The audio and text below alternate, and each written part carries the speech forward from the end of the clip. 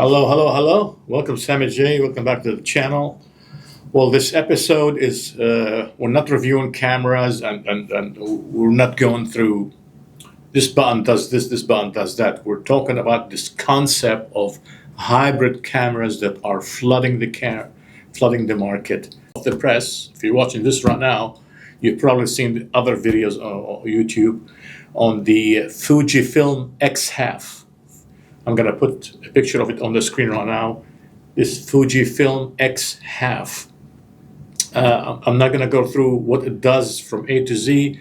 There's a bunch of other things on YouTube. You can watch those, but it's this concept of everybody's trying to mimic 35 millimeter from tactile, from the rewinding of the film, from not being able to see on the screen, what you've taken, etc. Anyways, let's talk in more detail and get your point of view and your comments. So join us here in a little bit. See you.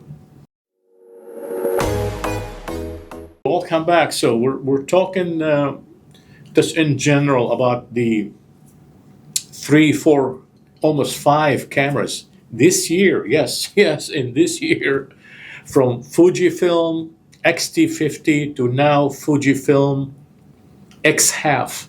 Again, I'm going to put it on the screen while I'm talking. I'm going to show you the picture of this new one, the Fujifilm X half. This one is unique. If you follow this channel, I've done 2 episodes on the Yashica FXD 100 and 300. There is one major difference between the Yashica hybrid and the Fujifilm X half.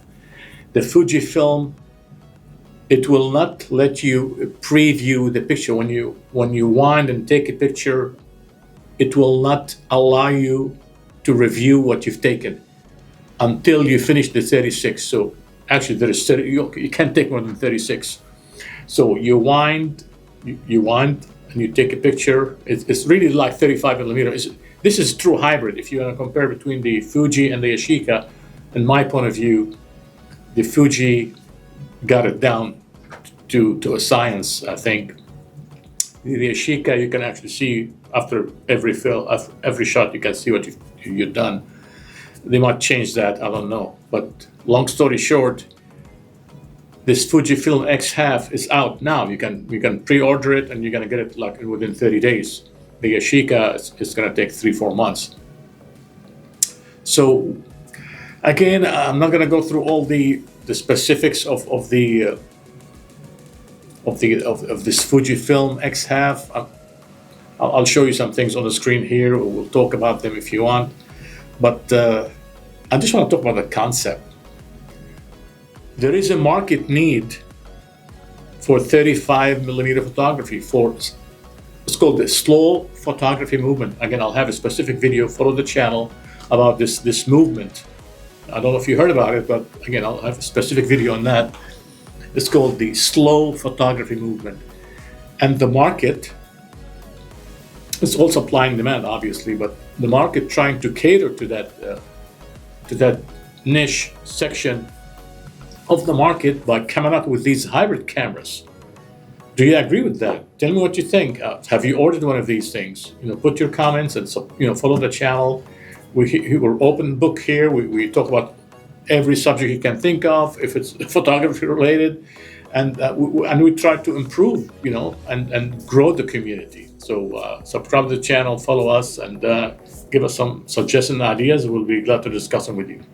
Number 1, there is unmatched 35 millimeter grain look, or the look of the film itself. It's unmatched. You cannot mimic that in digital. Number 2 is the psychology of shooting film. Yeah, there is psychology to that. There is no instant gratification. There's the wait for the film to come back. There is the suspense to that. So, I mean, again, I call it psychology of shooting film. Do you agree with that? What do you think? I mean, if you are shooting 35, have you done both? And do you see the difference? I see the difference when I'm taking my Canon R5 and some other mirrorless cameras I have, and I shoot with those, and I shoot with 35 millimeter. It's night and day. The other one is lizard brain, and this one here, you're more patient. You're thinking of the scene. You don't want to waste pictures, and it's just amazing. Again, if you follow the channel, I've done. I took the Nikon FM on a birding trip, and I've done this birding trip twice. One with a digital, a mirrorless camera, one with the Nikon FM. And with the Nikon FM, I can hardly take any over like 15 pictures. I mean, half through the trip, I was like 11 pictures. With the other camera, I was close to 600 pictures. Anyways, follow the channel, subscribe. You'll see those pictures, and you'll see those that trip I made with the Nikon FM. Beautiful mechanical camera. Lastly, is mechanical versus digital. Even if you have the, you wind to take the picture on the hybrid camera, it's not mechanical. There's nothing inside that's turning. It's like you have an electric car and you try to make it. You put speakers there or something to mimic the sound of the engine. It just doesn't work. You have electric is electric, and then internal combustion. They call them ICE, internal combustion engine. It's an engine. This one makes noise. This one doesn't make noise. I mean, there's a big difference between these two. Same thing with this. I don't care how many hybrid cameras they come up with. It's just not mechanical unless it's a true mechanical inside. It's a chips. There's nothing moving inside. All these hybrid cameras you can think of, there is inside of them, there is zero moving parts. Again, what you see behind me, these cameras, just take one that's a big picture there. These mechanical cameras, there's, when you wind, there's something inside turning, and you look at that. It's just beautiful. Unless you shoot in this, you're not gonna know what I mean. Just holding this is amazing. Just holding this, the film, is amazing too. Putting the film inside, it's an experience, it's a process. You put the film in, you wind the film, you take the picture, you send it for development. It come back, and there is anticipation. How did I do? That you can't mimic that. Now they say, specifically for the Fuji X half, they say, well, this is for the Gen Z, TikTok and posting, and it does portrait, and you can put two pictures. That's what it's called half. On the 135 millimeter, you can put two. So I'm gonna put on the screen what they mean by that. Here's what they mean by it, and it's like you can put two in one shot. So that's pretty interesting. So let's take a look at that on the screen. I put what they mean by that, why they called it half. Plus the price. I'm gonna put on the screen those three models. Take a look at them. I think there's black and silver and others. Take a look at that screen. $849 plus tax, like almost $1,000. Who wanna pay $1,000? You can get this, and it's gonna last practically forever. For about $100. You pay $200 or $250, you're gonna get the best 35 millimeter ever. For $125, again, follow the channel. I have a specific YouTube video on what to buy and how to buy and all that stuff. Again, subscribe to the channel, you're gonna love it. But this here, it cost me like $75, and this is the Mamiya Secor. It's a tank. Yeah, this is a weapon here, basically. You can use it as a camera and a weapon. Look at that. And it's still working. 60 years old, still working. And it's beautiful. Look at this. Look at that. It's beautiful. It has like 1.8 f1.8. The lens on this is a killer. This is a killer lens. I love this thing. Mamiya Secor is 1000 DTL. Maybe I'll do a review on this one time. And then the artistic value. With digital, I mean, come on. The artistic value of 35 millimeter, you just can't replace it. Period. And lastly here, I mean, this is a quick video just to catch up with everybody now, just going crazy on this FujiFilm. I have Fuji. I have nothing against the brand. I have FujiFilm XT50, and it has film simulation and all that. And I love it, and I use it, and it's fine. I don't need this other button that I can turn and just get that feel. If I want to get that feel, I'll get the real thing, the real McCoy here. Plus the XT50 costs about $1,400, $1,500. I mean, it's not cheap with this, and it has like 20 film simulations. Crazy, huh? Again, this FujiFilm X half.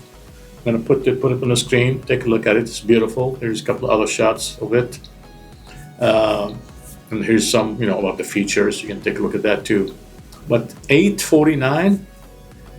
What do you think? Is it a good price? Put your comments in there. Is this a good price? I think it's overpriced. The Yashica FXD is going to be in the 300 to 400 range. The FXD 100 and the FXD 300, I think, is going to be 400 to 500. So below 600. Long story short, I mean that one I prepaid like a deposit, and once I get that one, I just love the Yashica brand. And I know it changed hands multiple times. That's fine, but it followed the FX3. If you know what I'm talking about, just search Yashica FX3, and the Yashica hybrid camera looks exactly like the FX3. Same size, same everything, and that one is also you have to rewind and take a picture, but it has, I think, 6 or 7 specific film simulation, and you're done. That's it. There's one like a bluish, light leak, etc. Again, follow the channel, watch that video on the Yashica. I got 2 videos on those. That one is nice, and it looks retro. It looks like another model, the FX3. So, but this Fuji, it looks like I don't know, maybe the. What do you think? I'm gonna put a picture again on the screen. Take a look at that. Maybe it looks like the Canon Canonette. It's frankly, it looks like a rangefinder. It is a rangefinder actually, because you got the viewfinder on the left hand side. So this Fujifilm X half, let's call it the rangefinder hybrid, and the Yashica is just a regular. It looks like an SLR. What do you think? It's crazy. I mean, if the market is asking for this, why not just create, like the Pentax 17? They just created a 35 millimeter. Again, Pentax 17. I'll put a picture on the screen. Here's Pentax 17.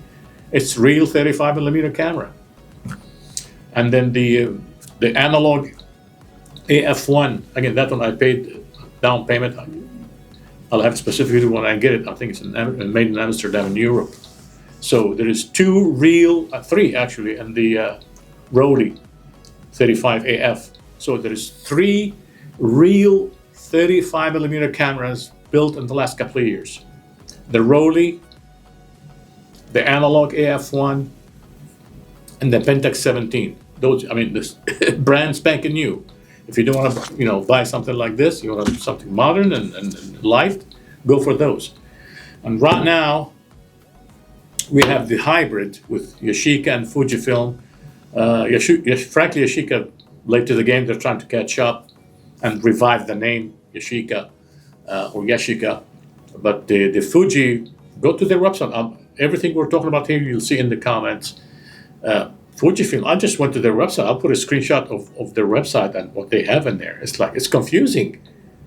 The X model, they have like 15 and, altogether maybe, I don't know, 50 cameras. I mean, it's crazy. I have to actually search for this X half. It's like way at the bottom. XT50, XT20, XT30. I mean, like how many XTs we need? How many cameras you need? It's crazy. I don't know. What do you think? Is it easy for you to go pick up a camera? With this, very simplistic. Very simplistic. I mean, there's a few cameras. I'm going to make a video on just the top 3 cameras around $100 to save you some time.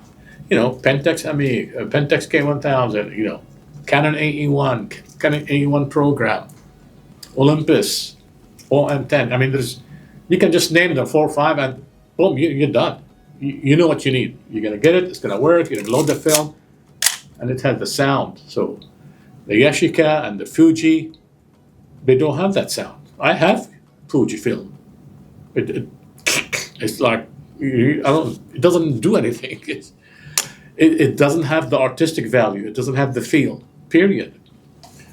Now Gen Z want that. Let's see what the market asks. Fine. It's all about supply and demand.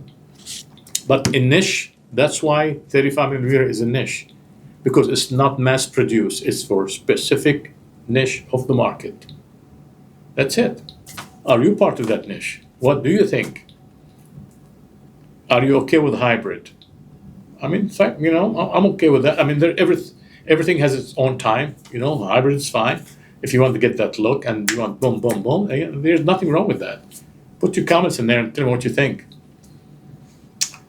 Subscribe to the channel and follow us. So when we get the analog F1 and when we get the Yashica, we'll do a full review because it's gonna be here. We ordered that. It's coming. It's on the way. The analog will be end of the year, and then the Yashica in a few months. Alrighty. See you guys later.